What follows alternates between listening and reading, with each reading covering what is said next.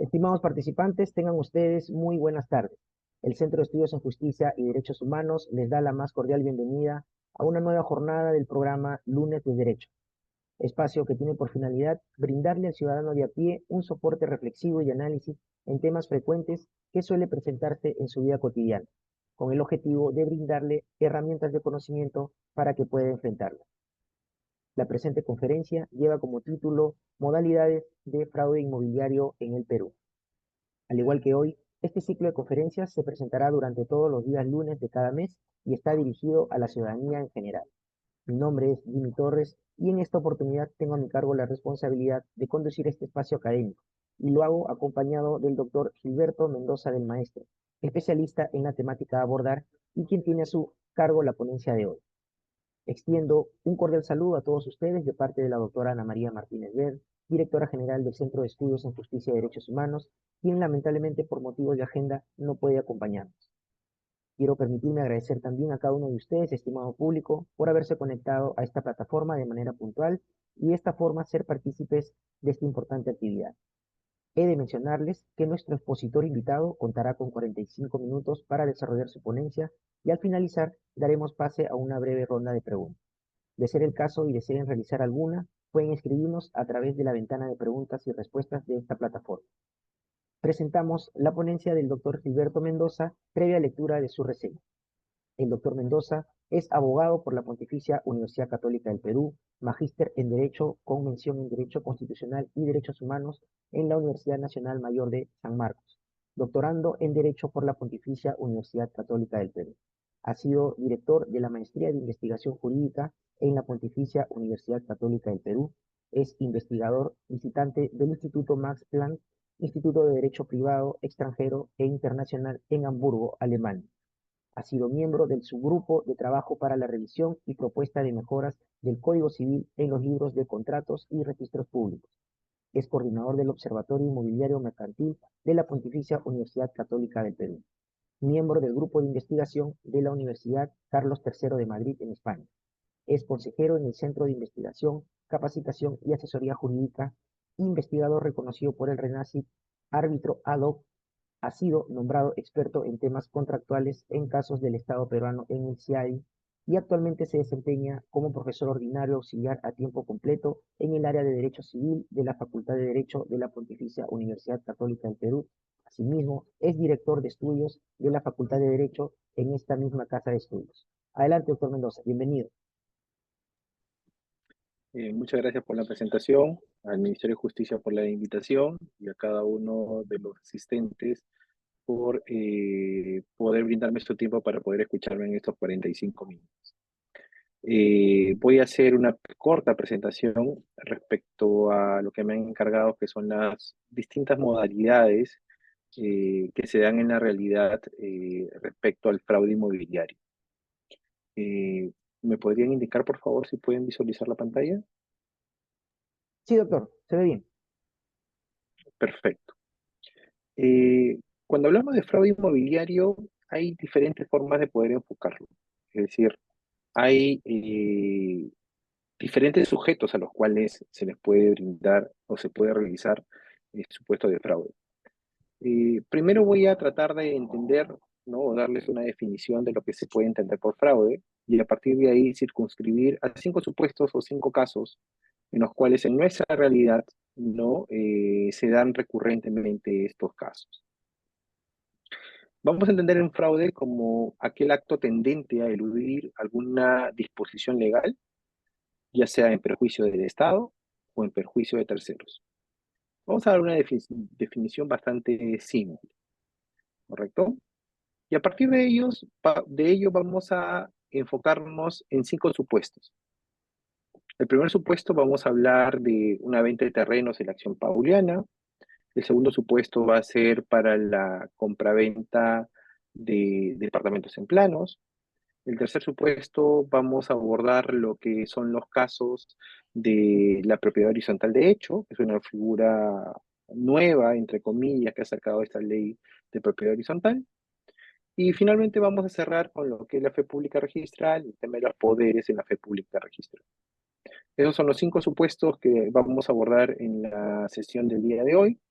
Lo he traído en función de casos en concreto, a fin de que se pueda entender, ¿no? Y quizá en algún otro momento, si es de su interés, profundizar cada uno de ellos. Vamos a iniciar con el tema de la venta de terrenos y la acción pauliana, ¿sí? Para los que de repente todavía no tengan fresca esta figura, la acción pauliana es una figura civil de tutela bastante interesante, por la cual los acreedores, ¿no? Los que tienen a su favor una creencia, ¿no? Dineraria frente a sus deudores, pueden realizar una acción que frente a actos de disposición del deudor, es decir, imagínense el siguiente caso, ustedes tienen un deudor, ustedes son los acreedores que les deben, no lo sé, 50, 100.000 soles, y el deudor tiene patrimonio, ¿no? De repente un vehículo, una casa, sobre el cual ustedes confían de que si es que no les pagan van a poder cobrarse con ello. Si este deudor comienza a transferir sus bienes, ustedes no van a tener de dónde cobrar. Y como ustedes no van a saber de dónde cobrar, no van a tener de dónde cobrar, lo que se va a producir es la posibilidad de que la acción pauliana pueda surtir efectos para que ustedes puedan tener alguna acción legal, quizá la última, para poder cobrar de alguna manera los montos de dinero. Esta acción pauliana está regulada en el artículo 195 del Código Civil. Es bastante largo, es bastante, ¿no? Ahí en realidad no hay un solo artículo, sino hay varios artículos ahí donde está regulada. Y les voy a poner un casito, ¿no? En el cual se aplicó previamente esta, ¿no? Era una empresa inmobiliaria que adquiere un terreno, eso fue en el año 2007, 2008, de una persona, ¿no? Un terreno grande, pues, sobre el cual se hizo un proyecto inmobiliario. Lo interesante de esta adquisición es que si ponemos montos, ¿no? Unos montos aproximados, el valor del terreno les costaba en esos tiempos algo de $800.000 y el flujo de ganancia iba a ser más o menos algo de 1 millón, 7 millones, ¿no? Un poquito más, ¿no? Con lo cual la utilidad que se iba a generar iba a ser bastante importante. Lo que ocurrió acá fue que se celebraron la transacción y cuando se comenzaron a construir las unidades inmobiliarias, porque iba a ser un edificio, un conjunto habitacional que iba a comenzar con primero un edificio, un segundo, un tercero, lo que hicieron fue que de un momento a otro, cuando se entregó el primer edificio, antes de que se inscriba la independización, una persona X salió como deudora y inició un proceso a la inmobiliaria sobre el terreno de acción pauliana, indicando de que el deudor le debía también plata a ellos y que la inmobiliaria tenía que de alguna manera cubrir esos costos porque ella había conocido o podía conocer de la deuda que tenía este sujeto, ¿no? Con ellos. Evidentemente la inmobiliaria no sabía absolutamente nada y seguramente que en el proceso iba a ganar la inmobiliaria. Sin embargo, acá ocurrió algo bastante interesante porque el embargo se inscribió en la partida matriz. Y ustedes saben de que si se inscribe en la partida matriz, luego cuando se independiza cada una de las unidades inmobiliarias de los departamentos, este embargo se va a inscribir en cada una de las unidades independizadas. La deuda que se cobraba ahí era de $123.000, más o menos, un aproximado. La inmobiliaria siguió el proceso, pero cuando se comenzaron a entregar las unidades inmobiliarias, los adquirentes, los propietarios de los departamentos, lo que les decían era, oye, yo te he comprado un departamento libre de gravámenes. No deberían de alguna manera salir esto de mi partida. Inicialmente se fue a hablar con la Junta de Propietarios en ese momento para indicarles que esta es una contingencia que nosotros no habíamos previsto, pero lamentablemente ha ocurrido ello, pero tenemos mucha posibilidad de ganar. Evidentemente, los propietarios al inicio pueden estar satisfechos con esa explicación, pero pasado un tiempo siguen viendo el embargo en la partida y hay más de una incomodidad. En muchos casos se fue Indecopi, ¿no? Para indicarles de que la venta había tenido cargas no previstas y la inmobiliaria, de alguna manera, tuvo que pagar, ¿no? La inmobiliaria le pagó a este señor, a este tercero, que finalmente se corroboró que había estado coludido con lo que es la persona que le había vendido. Y bueno, después se iniciaron una serie de acciones legales, pero finalmente la inmobiliaria tuvo que cancelar o pagar esa supuesta deuda. ¿Por qué es importante ello? Porque cuando uno compra terrenos, cuando uno compra incluso los departamentos, tiene que examinar en sí, examinar a la persona que le vende, a ver, hacer un análisis subjetivo de las deudas que éste tiene, a fin de poder evitar situaciones como esta. No es el único caso en el cual se ha dado que las inmobiliarias que han adquirido terrenos luego se han sido demandados por el tema de la acción pauliana. Y claro, uno puede agarrar y decir, yo tengo la razón, yo no tú, conocí o pude conocer de este problema legal que tenía esta persona que me vendió.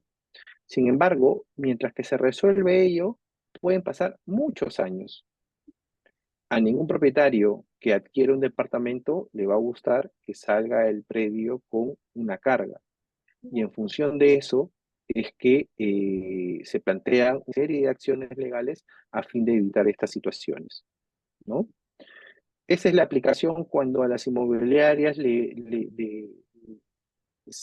produce estas cargas que no estaban previamente previstas, pero luego de la adquisición y construcción de estas unidades inmobiliarias, les plantean este tipo de acciones.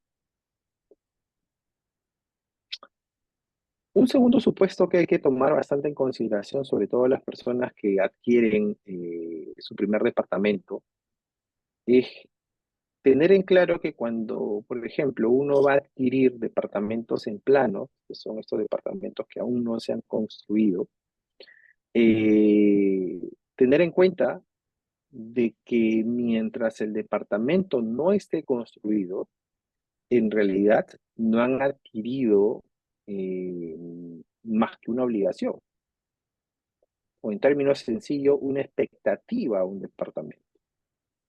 Y se los digo porque eso es lo que normalmente se ve ahora, lamentablemente, de forma recurrente.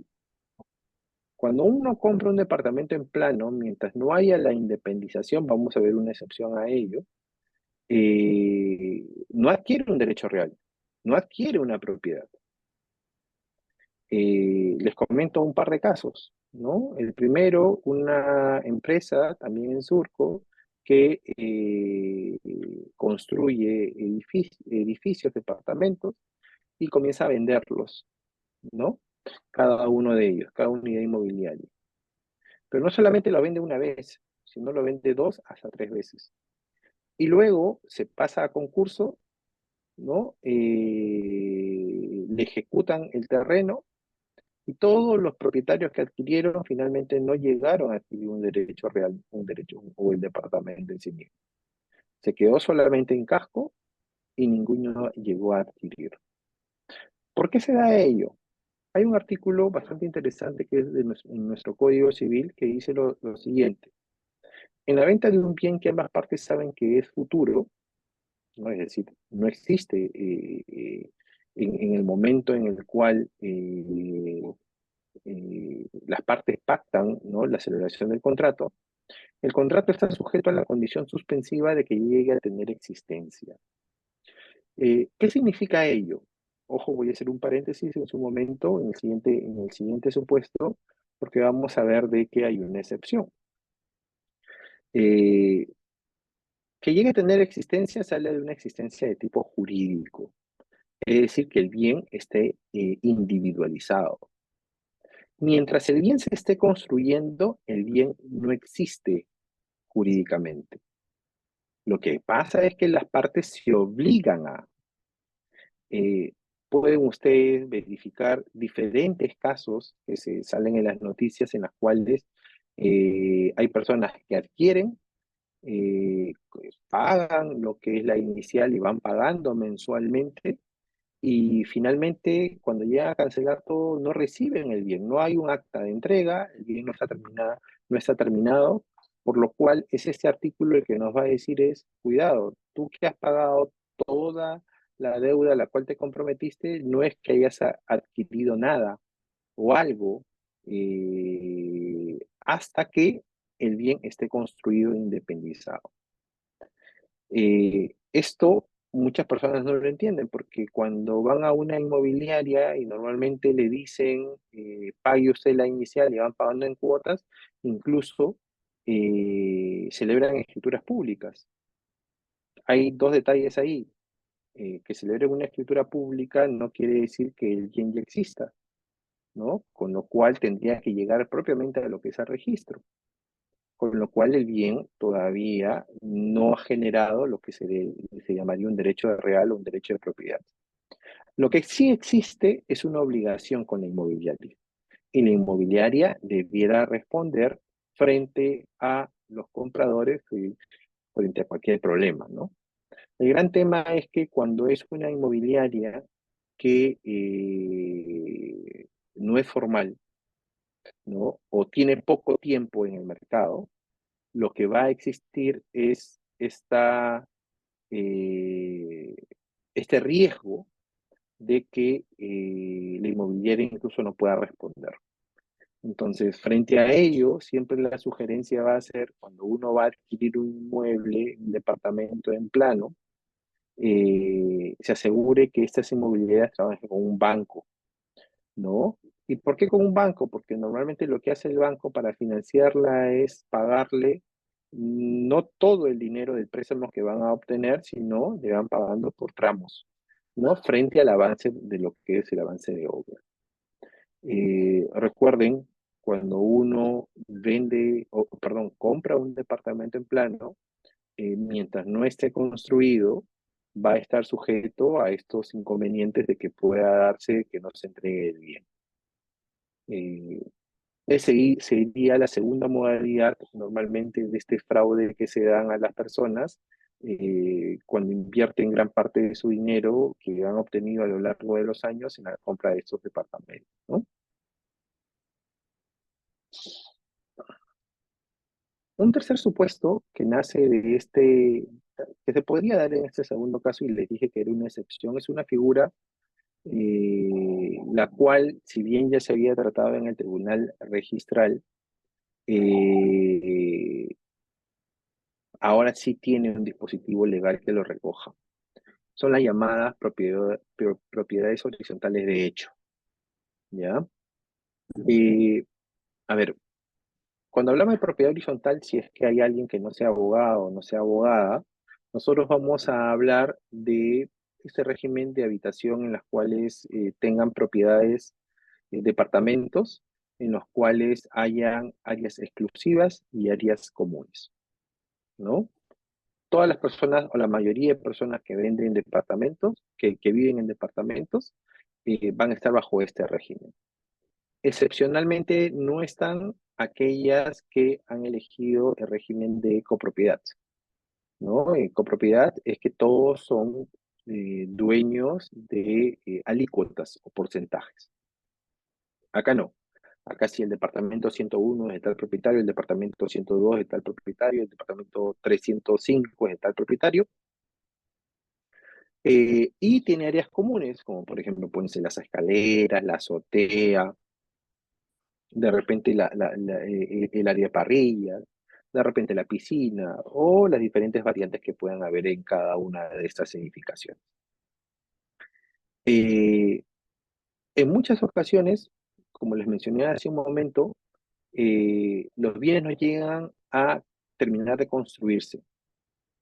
O en otras, sí llegan a terminar de construirse, pero no se genera la independización y la inscripción de lo que es el reglamento interno, ¿no? Y por tanto no hay independización en sí misma. ¿Qué significa independización? Que se va a crear una partida individual para cada uno de estos departamentos. Entonces, eh, si no existe esta independización, lo que va a generarse es que el predio todavía pertenece, por ejemplo, a la inmobiliaria o a la persona que está realizando el proyecto inmobiliario. ¿Qué sucede si es que existe un embargo? ¿No? Porque de repente esta empresa tiene deudas por los cuales un acreedor ve que ese bien está a libre disposición y le embarga.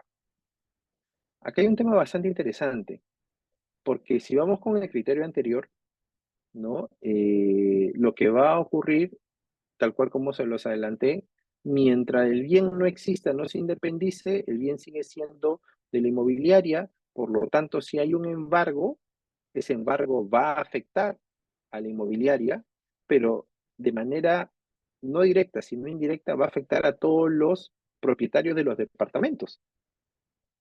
Entonces, lo que va a ocurrir es que finalmente cuando le transfieran la propiedad de los departamentos, les van a transferir seguramente la hipoteca sobre la cual se han constituido, en la matriz, ¿no? Hay que verificar ello, de la matriz que pase a las unidades independizadas, pero también va a transmitirse lo que es el embargo.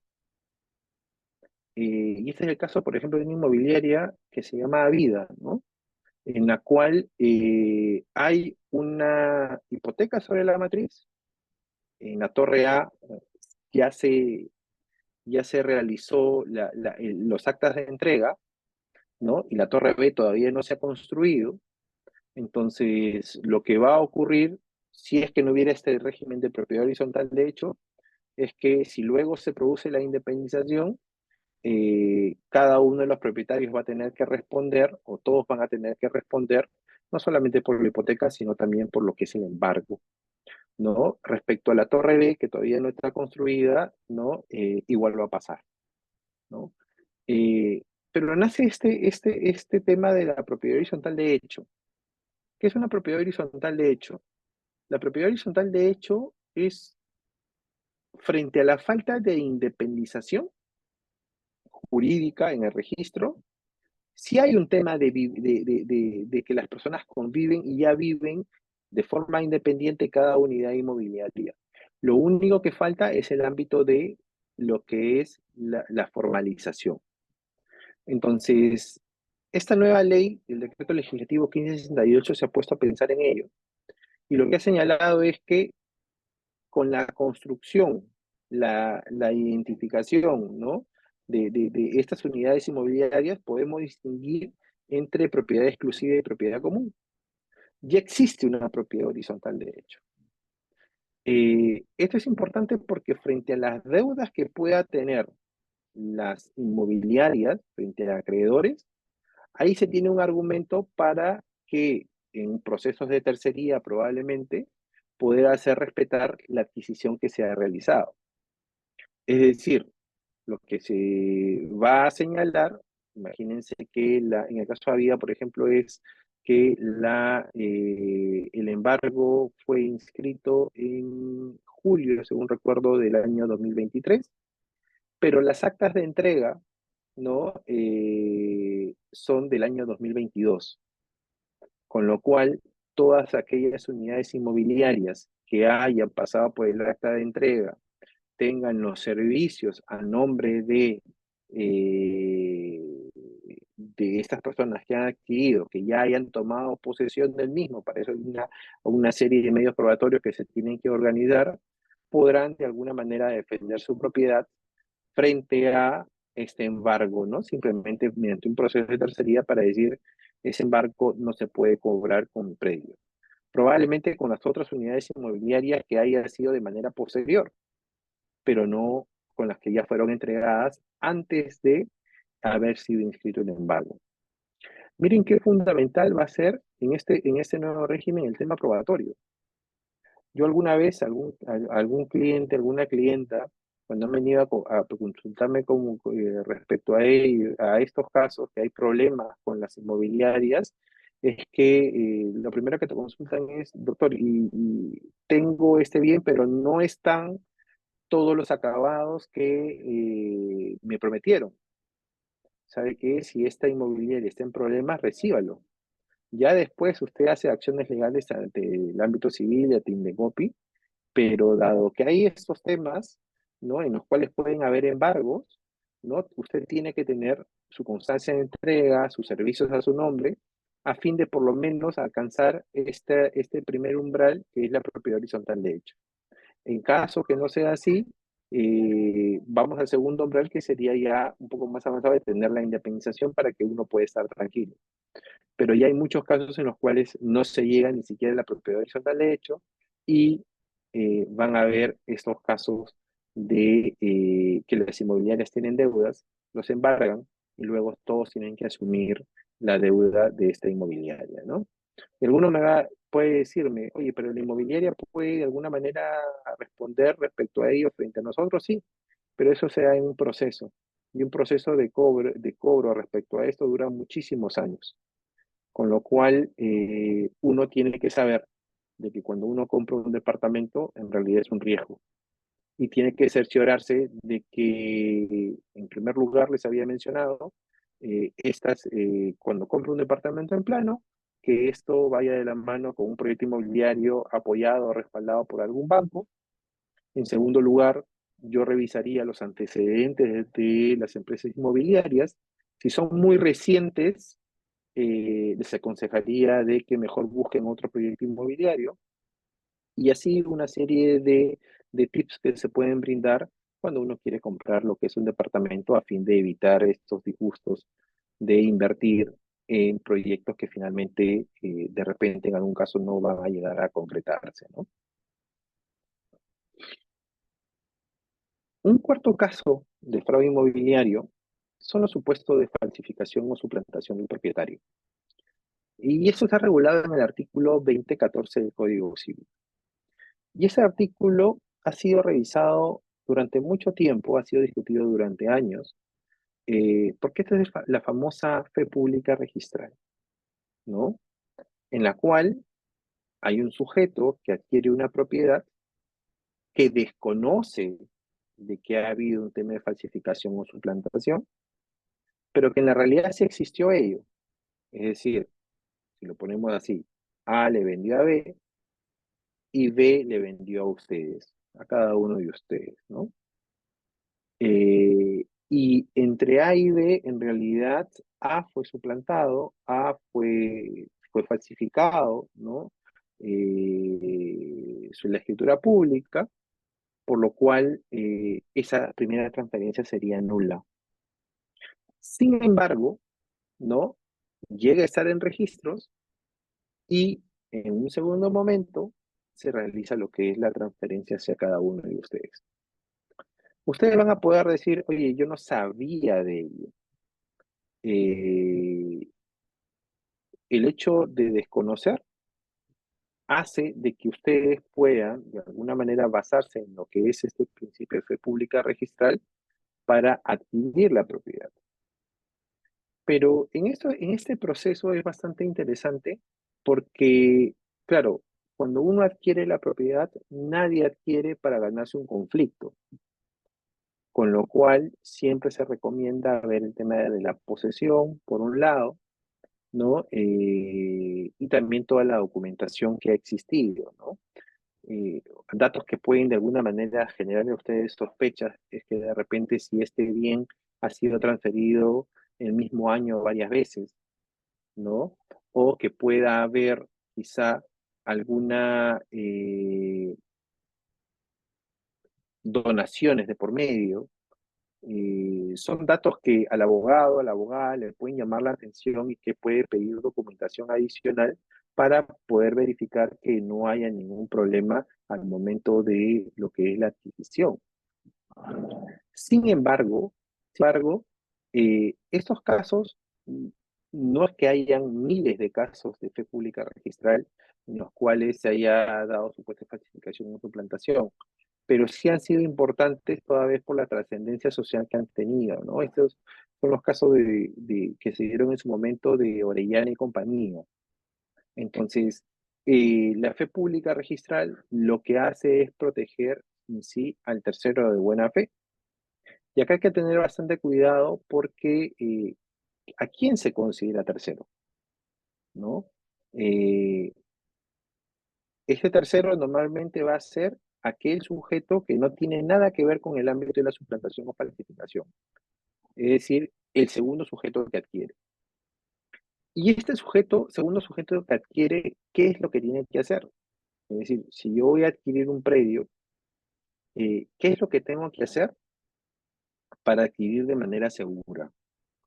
Y lo que les dice este artículo 2014 que fue modificado, ¿no? Ya hace muchos años, lo que nos dice es, a ver, usted tiene que ir a verificar los asientos registrales para ver que todo esté ok, de preferencia de que la persona que le vende a usted tenga su derecho inscrito. Esto va a ser muy importante para la aplicación de ello, es decir, si ustedes adquieren de alguien que no tiene título inscrito, pero les dice a ustedes, no se preocupe, lo vamos a subsanar con su adquisición, mejor es primero que le digan ustedes, que ustedes le digan, primero usted tenga el título de propiedad y luego ya recién me lo transfiere a mí. Ojo, pareciera que es lo mismo que en el mismo, y más rápido de que la persona que le está vendiendo a usted en el mismo acto sanee lo suyo y luego le transfiera a usted. Pero no es lo mismo porque justamente la fe pública registral funciona cuando lo que va a pasar es que usted, cuando suceda de que primero hay una primera transferencia y la persona que le vende sale en el registro y usted confíe en que esta persona salga en el registro para después realizar su adquisición. No funciona en los casos en los cuales usted adquiera de alguien que no está en el registro, pero va a estar conjuntamente con su adquisición. Entonces, si se da en el mismo momento, este artículo no se aplica. Probablemente se pueda aplicar alguna otra figura como el 194, el 1135, 1136, pero no esta figura. Por lo cual, si hay alguna persona que les dice a ustedes, te voy a vender este predio, ¿no? Y vamos a sanear el tema registral con tu adquisición porque es mucho más rápido, la sugerencia sería, no lo hagan así. Mejor esperen a que primero se inscriba y luego ustedes en otro acto, a partir de ello, ustedes realicen la adquisición, justamente para que se aplique este artículo. Ahora bien, lo que nos dice el 2014 es que la persona que adquiere debe revisar ¿qué cosa? Debe revisar los asientos registrales y debe revisar los títulos archivados. Eh, Acá hay todo un tema, porque este artículo, la modificación, nació en función de proteger a los verdaderos propietarios. Sin embargo, tal cual como quedó redactado, y según algunos pronunciamientos jurisprudenciales, más se protege a los terceros, ¿no? Más se protege a los terceros, porque justamente le dice a los terceros, eh, mira el asiento registral y mira los títulos archivados. ¿Qué son los títulos archivados? Son aquellos documentos que ustedes van a poder ver que están en el registro público. ¿A qué me refiero? Si, por ejemplo, quien le vende a ustedes es la señora María Molina, eh, probablemente a María Molina le vendió otra persona. Entonces, lo que usted va a tener es que María Molina eh, celebró un contrato de compra-venta con la otra persona. Y lo que les va a decir esta norma es, revisen ustedes entre María Molina, el contrato entre María Molina y la otra persona. Ese es el título archivado que va a estar en los registros públicos. Evidentemente, si es que el registrador, que es una persona que normalmente se dedica a revisar esta documentación, no puede verificar un tema de falsificación o suplantación, va a ser un poco más complicado de que una persona, un ciudadano común y corriente, pueda de alguna manera verificarlo. Sin embargo, la norma ha quedado redactada así, por lo que la persona que adquiere, para evitarse algún inconveniente respecto a que luego digan de que su adquisición es nula, anulable o tenga que dejarse sin efecto, lo que va a tener que revisar es esta documentación y aparte de ello, se sugiere en algunos casos que vaya a verificar el tema posesorio. ¿Quién tiene la posesión? Aquí es bastante interesante porque el tema posesorio, ojo, no determina de que el tercero pierda la propiedad si es que el poseedor no es la persona que vende. Y se los digo de la siguiente manera. Muchas veces lo que existe en la realidad es que hay personas que venden, que son propietarias, pero que no viven ahí. ¿Y por qué lo venden? Porque de repente habrán visto ustedes en los diarios que se hace la transferencia de bienes con precario o de bienes que le llaman con poseedores o arrendadores que ya dejaron de pagar la renta. Estos arrendadores que ya dejaron de pagar la renta no salen propiamente de la casa. Entonces, lo que se va a iniciar es un proceso de desalojo. Y un proceso de desalojo dura un promedio entre 5 a 10 años. Imagínense un propietario que desee desalojar a una persona y tenga que pasar todo este tiempo. No va a poder vender. Entonces, lo que hacen muchos de los propietarios es disminuir el valor del predio, lo transfieren, ¿no?, a un precio menor y se evitan lo que es el problema. Quien vende tiene su título en regla, pero no es poseedor. Eso no impide la aplicación del artículo 2014. Lo único que sí impide o limita, ¿no?, la aplicación de este artículo es cuando ese poseedor, ¿no?, esa persona que está viviendo ahí, ya vive por más de 10 años, porque se habría producido lo que se denomina la usucapión o la prescripción adquisitiva de dominio. Entonces, cuando hay una prescripción adquisitiva de dominio, no se aplica lo que es el artículo 2014 del Código Civil. En resumen, respecto a este artículo 2014, para las personas que van a adquirir, deben revisar los asientos registrales, el título archivado y tomar en consideración lo que es el tema posesorio. ¿Quién tiene los bienes? Eso, a fin de tomar una decisión, toda contratación es un riesgo de si se compra el bien o no se compra el bien.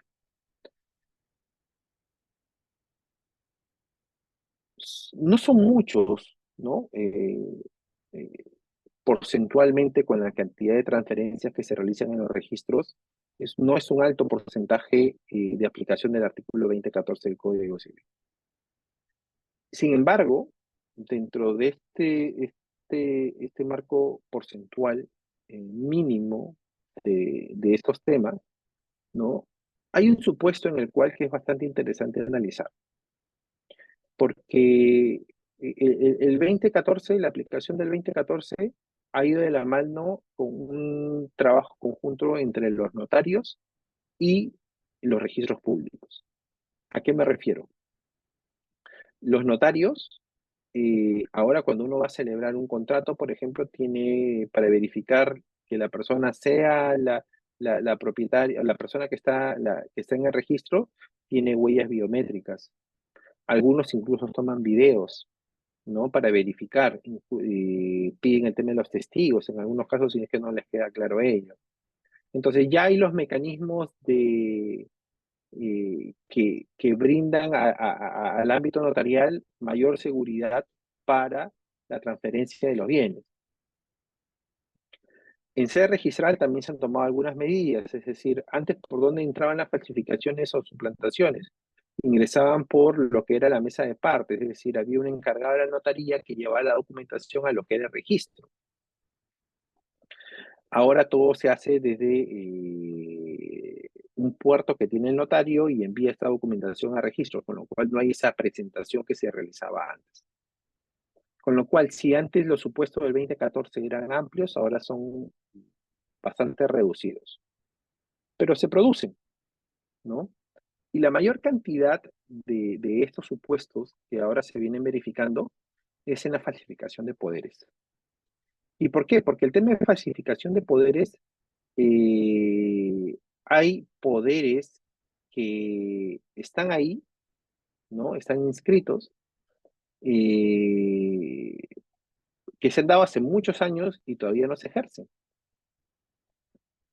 Les pongo un caso, ¿no? Un caso que verifiqué de una estudiante mía justo terminando el curso, ¿no? Le sucedió a ello, ¿no? A su familia.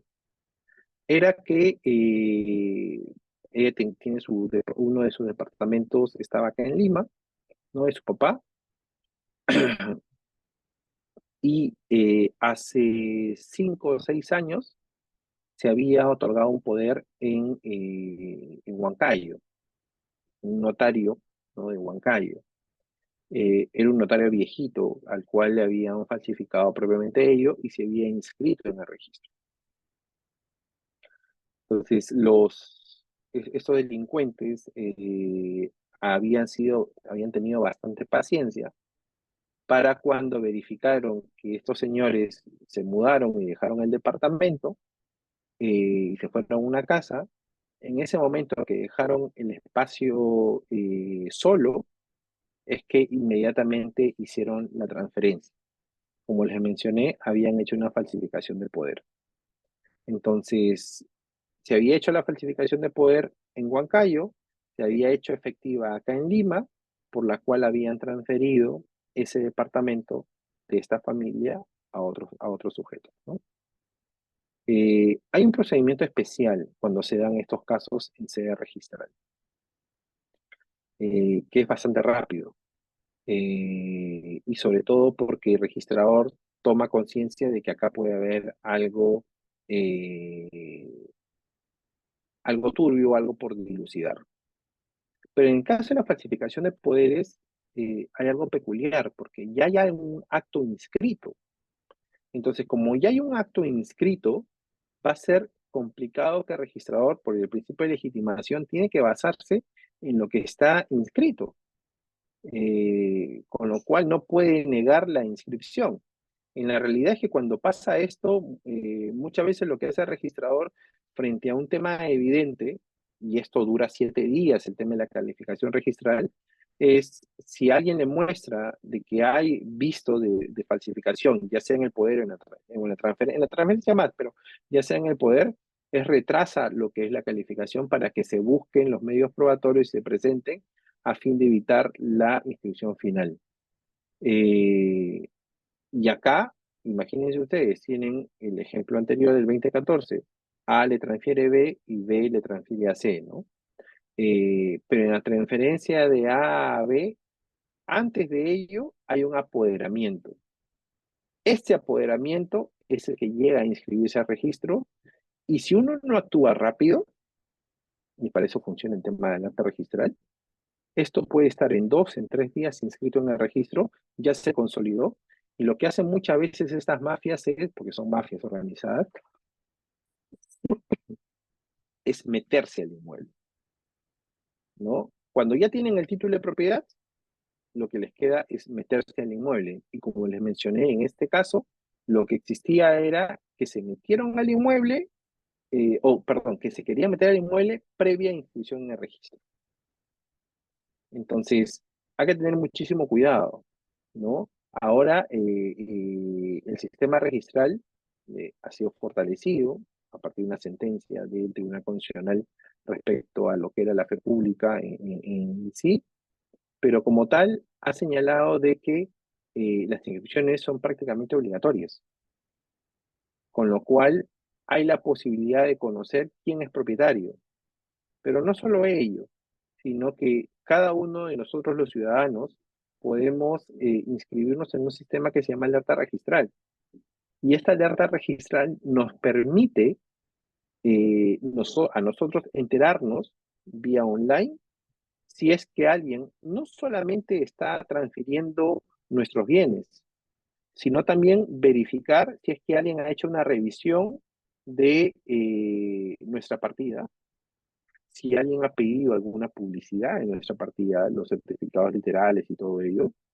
Si una persona verifica en su correo que alguien está revisando la partida de uno, es mejor no tomar las consideraciones del caso, estar atento, contactarse con un abogado o con una abogada a fin de tomar las medidas, porque nadie revisa la partida si es que no hay un interés sobre el bien en sí mismo. Y como les digo, en estos casos el actuar es bastante rápido. Simplemente se presenta en la notaría, ¿no? Y la notaría lo envía a registros y en registros puede estar en 3 o 4 días si es que hay un contrato bastante sencillo de calificar, realizada la transferencia. Para pedir la nulidad de ello es todo un proceso, con lo cual es mejor prevenir ello que luego lamentarse con procesos que se dan posteriormente.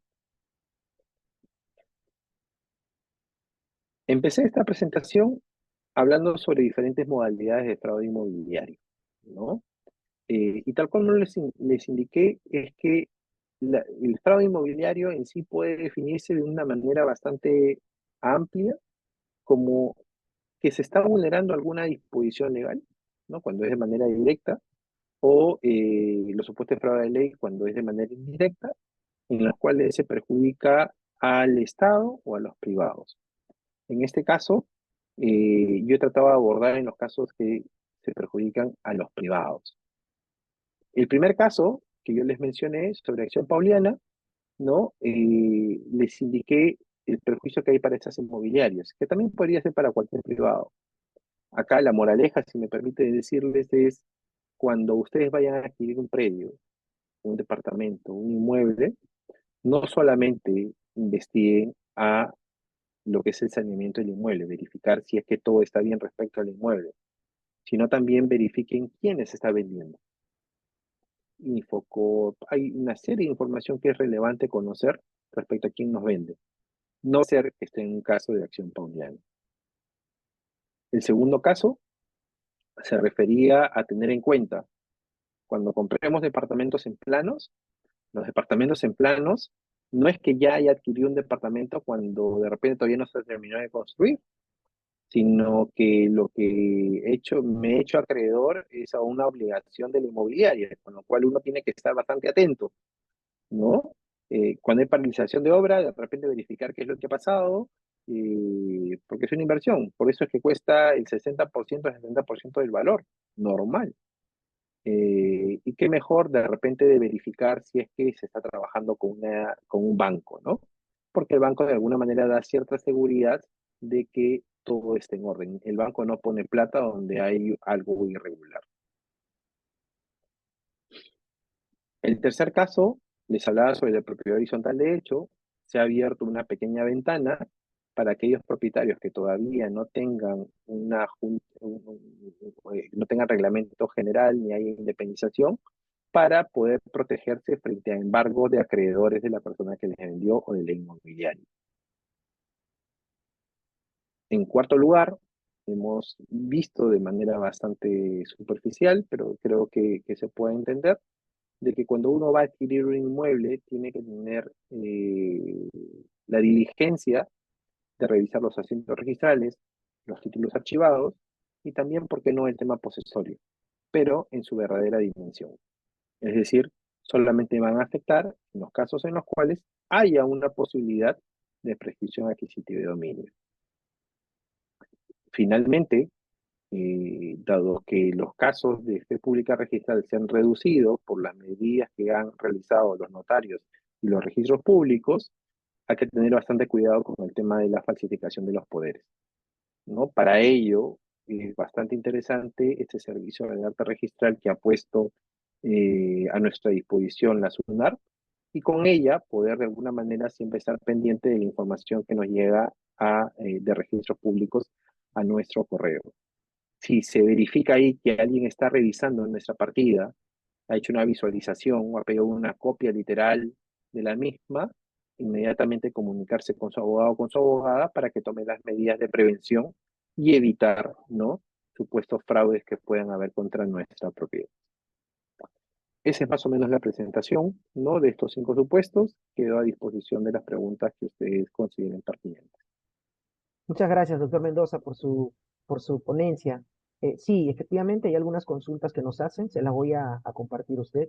La primera es, ¿considera usted que es necesaria una normativa que prohíba la venta en planos como sucede en otros países?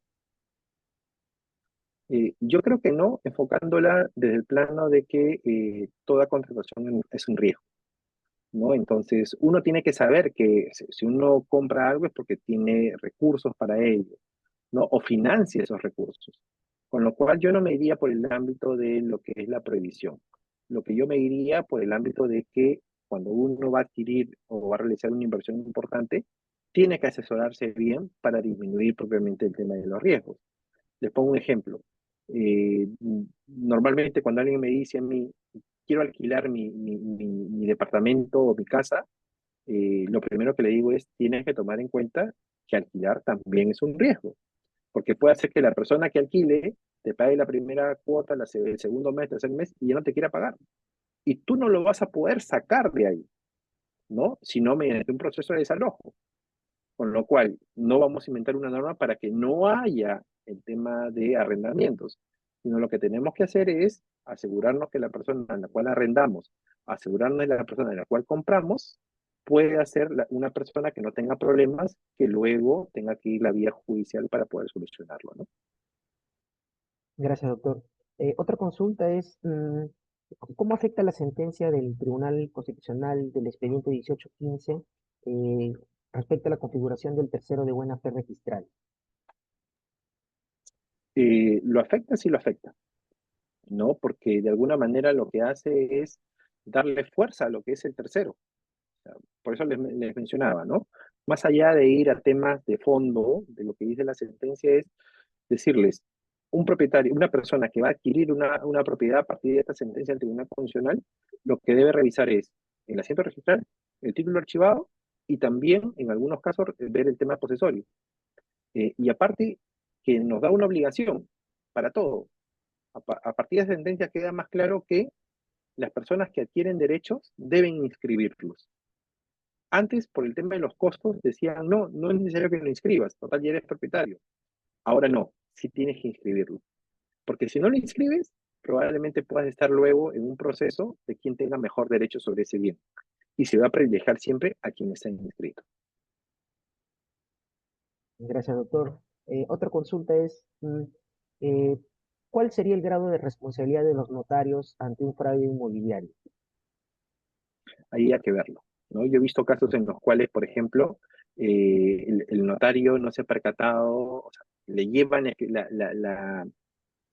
certificado literal, que está libre de cargas y gravámenes, pero es un certificado que es de 2 meses atrás, con lo cual el embargo o la carga de gravamen es al momento, o 2 meses después, al momento que lo está llevando. Sin embargo, el notario tiene la obligación de revisar en el sistema si es que existen realmente cargas y gravamen. Con lo cual hay varios aspectos ahí que los notarios deben revisar para evitar estos casos, ¿no? Mm, ok, doctor. Bueno, acá lo felicitan por su ponencia también. Eh, Otra consulta es, a ver, eh, si es necesario en el acto de compra de un departamento o posterior a ello que se deba solicitar la independización del mismo y si la compra se debe realizar necesariamente con la intervención de un inmobiliario. Qué opinión tiene usted? Sí, o sea, cuando una persona compra un departamento, tiene que saber de que si es en estas grandes unidades inmobiliarias, si es que el momento de estar seguro de que su adquisición está plenamente garantizada es cuando su predio esté independizado, que tenga su propio partido. Perdón. Si no lo tiene, tiene que estar pendiente a que se forme una junta transitoria y que logre, porque si no se va a dar un problema. Va a tener que hacer un tema de saneamiento, ponerse de acuerdo ya con otros propietarios para hacer este procedimiento no es fácil, ¿no? Con lo cual sí es necesario estar sigilosos hasta el momento que se realice la independización, ¿no? Evidentemente, cuando un predio ya está independizado, cuesta más que cuando no está independizado.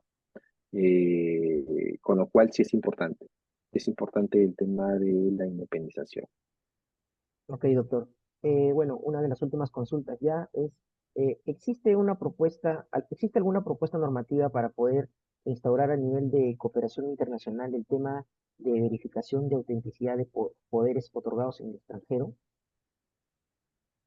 Es un buen tema, ¿no? En realidad hay mecanismos para poder hacer esa corroboración, pero que existe un sistema unificado no lo hay.